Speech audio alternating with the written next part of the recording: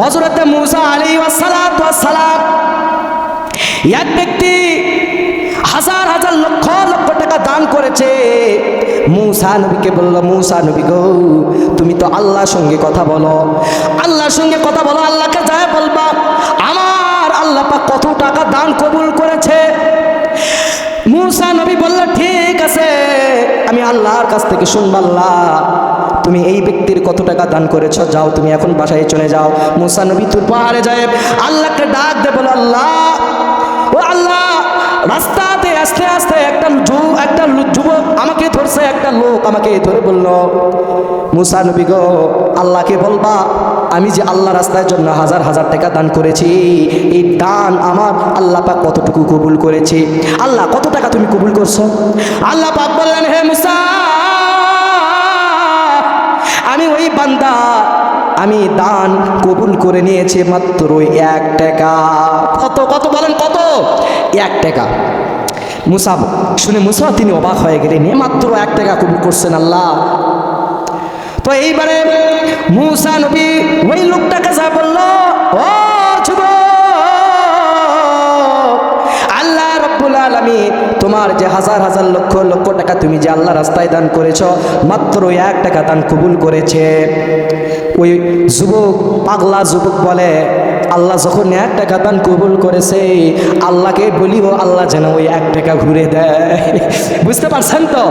জি, ওই যুবক চিন্তা করছে যে আমি এত হাজার হাজার টাকা দান করলাম, তে আল্লাহ পাক মাত্র 1 টাকা দান কবুল করছে, তো তুমি মূসা বলো আল্লাহ যেন 1 টাকা যেন ফেরত দেয়, দরকার নেই। এখন তিনি 1 টাকা যখন আল্লাহর কাছ থেকে চেয়েছে, মূসা নবী আল্লাহকে যায় বলল, আল্লাহ গো, তোমার ওই বান্দার মাত্র 1 টাকা যে কবুল করছো, ওই 1 টাকা ওই বান্দা চেয়েছে, আল্লাহ তুমি 1 টাকাটা ফেরত দাও। আল্লাহ পাক 1 টাকা দিয়েছে, মূসা নবী ওই যুবককে 1 টাকা দিয়েছে। ওই ব্যক্তি দান করতে করতে তিনি ফকির হয়ে গিয়েছিল।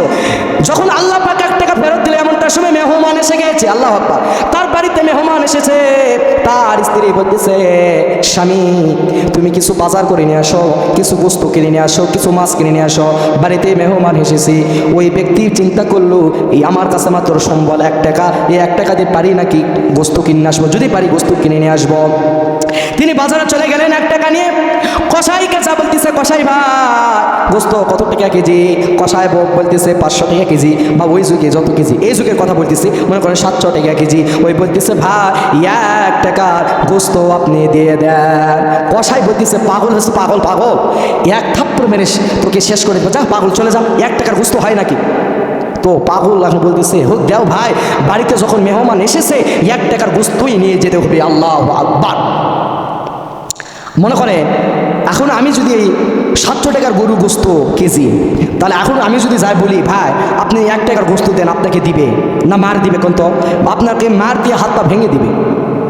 পাগলা রে আবদার দেখি পাগলা বারবার বলে, ভাই বাড়িতে মেহমান এসেছে, দাও 1 টাকার গোস্ত দাও, 1 টাকার গোস্ত দাও। পাগলের আবদার এইবারে এখন তো শুনতে হবে, না হলে তো আরো কাস্টমার হারে যাবে। পাগল তো জেদ ধরেছে, কি করব? সান্ত্বনা দেওয়ার জন্য 1 টাকা পাল্লার মধ্যে তুলে দেওয়া হয়েছে। 1 টাকা যখন পাল্লার মধ্যে তুলে দেওয়া হলো, পাল্লার মধ্যে 1 টাকা তুলে দেওয়া হয়েছে।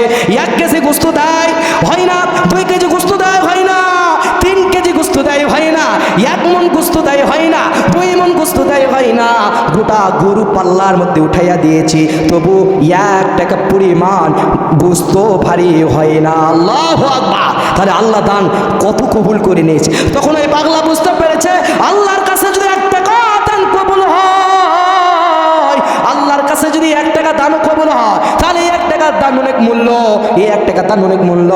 ওই পাগলা বুঝতে পেরেছে যে আমি হাজার হাজার টাকা দান করেছি, এটা মানুষ দেখানোর জন্য দান করেছি। আর যে 1 টাকা দান করেছিলাম, একটা ফকির আমার কাছে এসেছিল, খাবার চেয়েছিলাম, আমি 1 টাকা দিয়েছিলাম অন্তর থেকে, আল্লাহ পাক এই 1 টাকায় অন্তর থেকে দান কবুল করে নিয়েছে। এই জন্য ভাইরা আপনাদেরকেও বলতে চাই, আপনারা যখন 1 টাকা, আপনি যখন যে 10 টাকা 5 টাকা হোক মসজিদের জন্য, মাদ্রাসার জন্য যখন দান করবেন, তখন যেন আপনার দানটা যেন সহি থাকে। আপনার দান সহি থাকলে কাল কিয়ামতের ময়দানে এই দানগুলো আপনার নাজাতের ওসিলা হয়ে যাবে। আল্লাহু আকবার।